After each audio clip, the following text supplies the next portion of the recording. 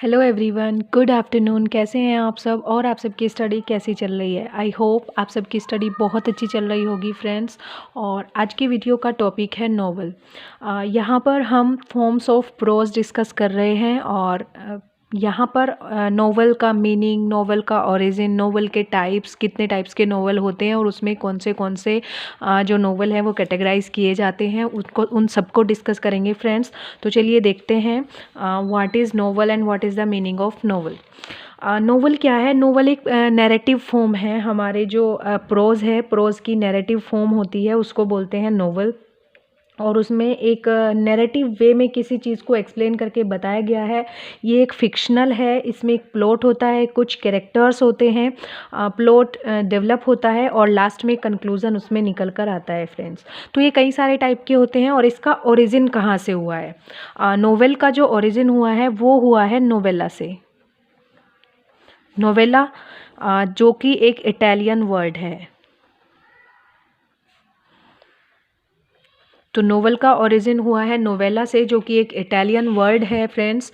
और उसके बाद देखते हैं टाइप्स ऑफ नॉवेल्स। कितने टाइप्स के नॉवल हो सकते हैं? नॉवल बहुत सारे टाइप्स के हो सकते हैं फ्रेंड्स। ट्रेजिक नॉवल हो सकता है, कॉमिक नॉवल हो सकता है, सटायरिकल हो सकता है, रोमांटिक प्रोजेस भी पहले नॉवेल्स में ही आते थे फ्रेंड्स।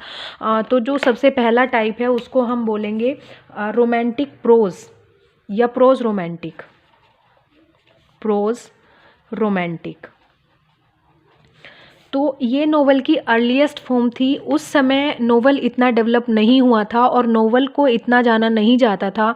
तो उस समय जो फिक्शनल कैरेक्टर्स को लेकर और फिक्शनल प्लॉट्स को लेकर जो वर्क लिखे जाते थे, जो रोमांटिक भी होते थे थोड़े और प्रोज में होते थे, तो उनको प्रोज रोमांटिक्स बोला जाता था फ्रेंड्स। और इसके एग्जाम्पल हैं सर थॉमस वेलोरी का मोर्टे दी ऑर्थर।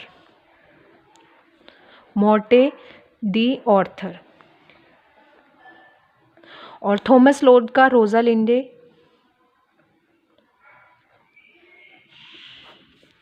ये प्रोज रोमांसेस में आते हैं फ्रेंड्स। और थॉमस लिली का यूफियस और सिडनी का आर्केडिया और बेकन्स का द न्यू एटलांटिस। तो ये सब आते हैं फ्रेंड्स प्रोज रोमांटिक में। और प्रोज रोमांटिक में इसमें क्या होता है, इनका जो प्लॉट होता है, इनके जो कैरेक्टर्स होते हैं, और यहाँ पर रोमांस को फिक्शनलाइज किया जाता है। ये एक फिक्शन होता है, रियलिटी कुछ भी नहीं होती। फिक्शनल ही कैरेक्टर्स होते हैं और फिक्शनल ही प्लॉट होता है यहाँ पर। नेक्स्ट है गोथिक नोवेल। सेकेंड टाइप का नोवेल होता है आपका गोथिक नोवेल। गोथिक नोवेल कौन से होते हैं फ्रेंड्स? जिनका जो प्लॉट होता है वो हॉरर टाइप का होता है। जैसे कह सकते हैं कि एक टाइप से डरावना जिसको बोल सकते हैं। और ये 18th सेंचुरी में आए थे। नॉवेल्स जो थे वो 18th सेंचुरी में डेवलप किए गए थे। 18th सेंचुरी में इनको डेवलप किया गया था फ्रेंड्स। और इसके एग्जाम्पल्स हैं होरेस, वेलपोल का castle of Otranto. Castle of Otranto. तो इसी टाइप के और भी नॉवेल्स हैं, जैसे एन रेडक्लिफ का हो गया द इटालियन, एंड क्लारा रीव का हो गया ओल्ड इंग्लिश बैरन।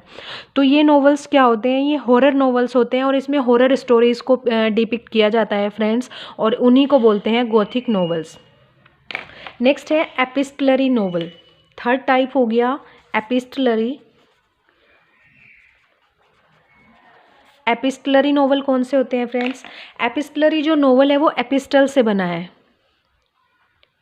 और एपिस्टल का मतलब होता है लेटर।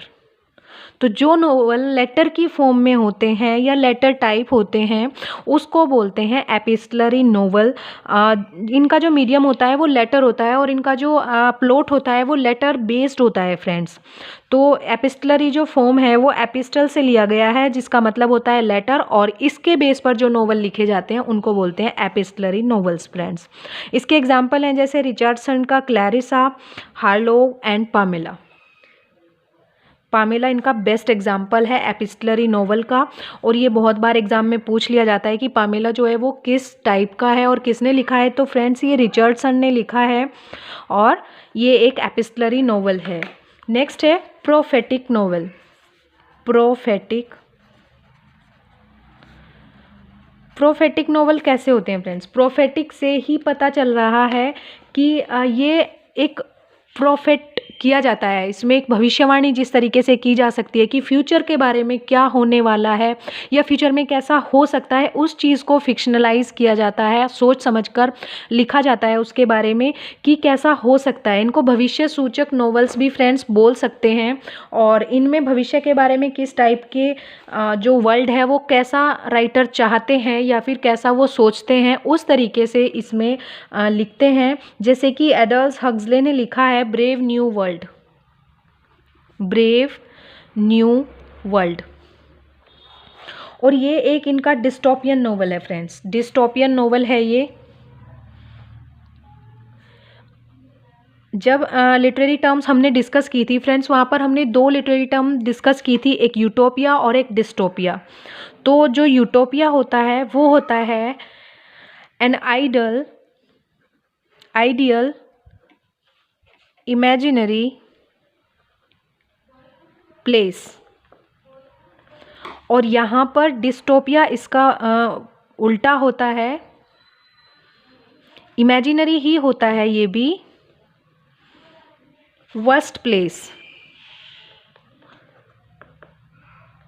मीन्स ऐसा प्लेस जो कि रहने लायक ना हो और जिसको हम इमेजिन भी नहीं कर सकते, इमेजिनल वर्स्ट प्लेस बोलते हैं फ्रेंड्स इसको। और यूटोपिया का बोलते हैं एक आदर्श जगह, एक ऐसा प्लेस, एक ऐसी सोसाइटी जहाँ पर सब कुछ एक आदर्श स्थिति में होता है और सारे जो सिटीजन्स होते हैं वो बिल्कुल आदर्श स्थिति में रहते हैं, कोई किसी को परेशान नहीं करता है, इस टाइप से। लेकिन ऐसा होना पॉसिबल नहीं होता है कि जहाँ पर हर चीज़ आदर्श हो।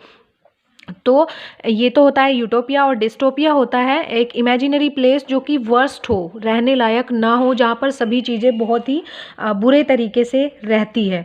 तो यहाँ पर इन्होंने बोला है ब्रेव न्यू वर्ल्ड के बारे में कि आगे जाकर कैसा संसार होने वाला है उसको इन्होंने यहाँ पर डिपिक्ट किया है, और ये एक डिस्टोपियन नोवेल है फ्रेंड्स, और 1932 में ये आया था। नेक्स्ट है हिस्टोरिकल नोवेल्स। हिस्टोरिकल नोवेल कौन से होते हैं? जो हिस्ट्री के इवेंट्स को कवर करते हैं, हिस्ट्री के इवेंट्स को कवर करते हैं और उन पर बेस होते हैं फ्रेंड्स, तो उनको बोलते हैं हिस्टोरिकल नोवेल। जो कि हिस्ट्री के जो वार होती हैं उनको कवर करते हैं, वार में किस किस का जो युद्ध है वो हुआ था और कौन कौन उसमें पार्टिसिपेट किया था, या किसी भी जो एम्परर थे उनके समय पर क्या क्या वहाँ पर घटनाएं घटित हुई थी, उन सबको वो कवर करते हैं, उनको बोलते हैं हिस्टोरिकल नोवेल। जैसे सर वाल्टर स्कॉट जो थे वो इसके फेमस नोवेलिस्ट थे, और इनका था नीलवर्थ, और ठाकरे थे उनका हेनरी एस्मोंड, इनके बेस्ट हिस्टोरिकल नोवेल ये माने जाते हैं। और डिकेंस का था ए tell of to cities,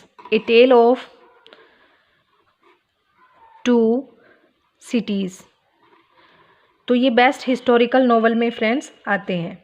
next है डोमेस्टिक नोवेल।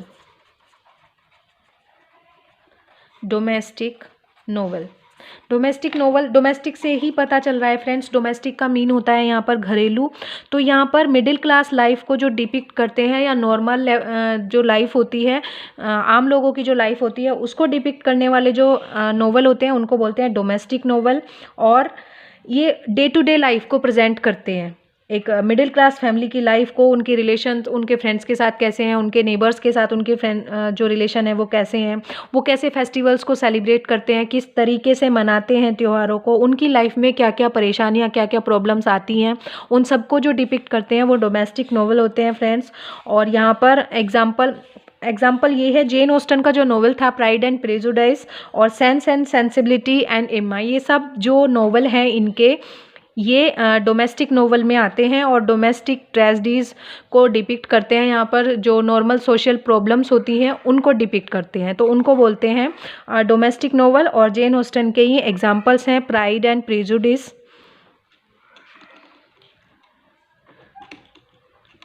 ये नॉर्मल घरेलू जो फैमिलीज़ होती हैं, मिडिल क्लास फैमिलीज़ होती हैं, उनकी प्रॉब्लम्स को कवर करते हैं फ्रेंड्स। नेक्स्ट है द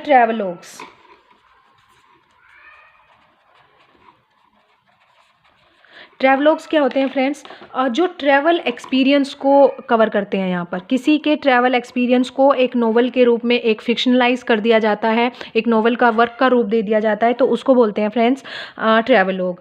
ट्रैवल के टाइम पर उन्हें क्या क्या एक्सपीरियंसेस हुए, क्या क्या एडवेंचर उनको करने पड़े, और कौन कौन उन्हें मिला, उस समय की क्या मेमोरीज थी, और वो कहाँ पर उस समय जा रहे थे, तो वो सब जो चीज़ें होती हैं, उनका जो एक्सपीरियंस होता है वो एक जगह कलेक्ट कर लिया जाता है, और उनको बोलते हैं फिर फ्रेंड्स ट्रैवलॉग। ट्रैवलॉग का बेस्ट एग्जांपल है डैनियल डेफो का रॉबिन्सन क्रूजो और जोनाथन स्विफ्ट का गुलिवर्स ट्रैवल्स।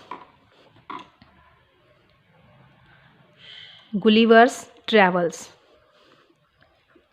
एंड रॉबिन्सन क्रूजो।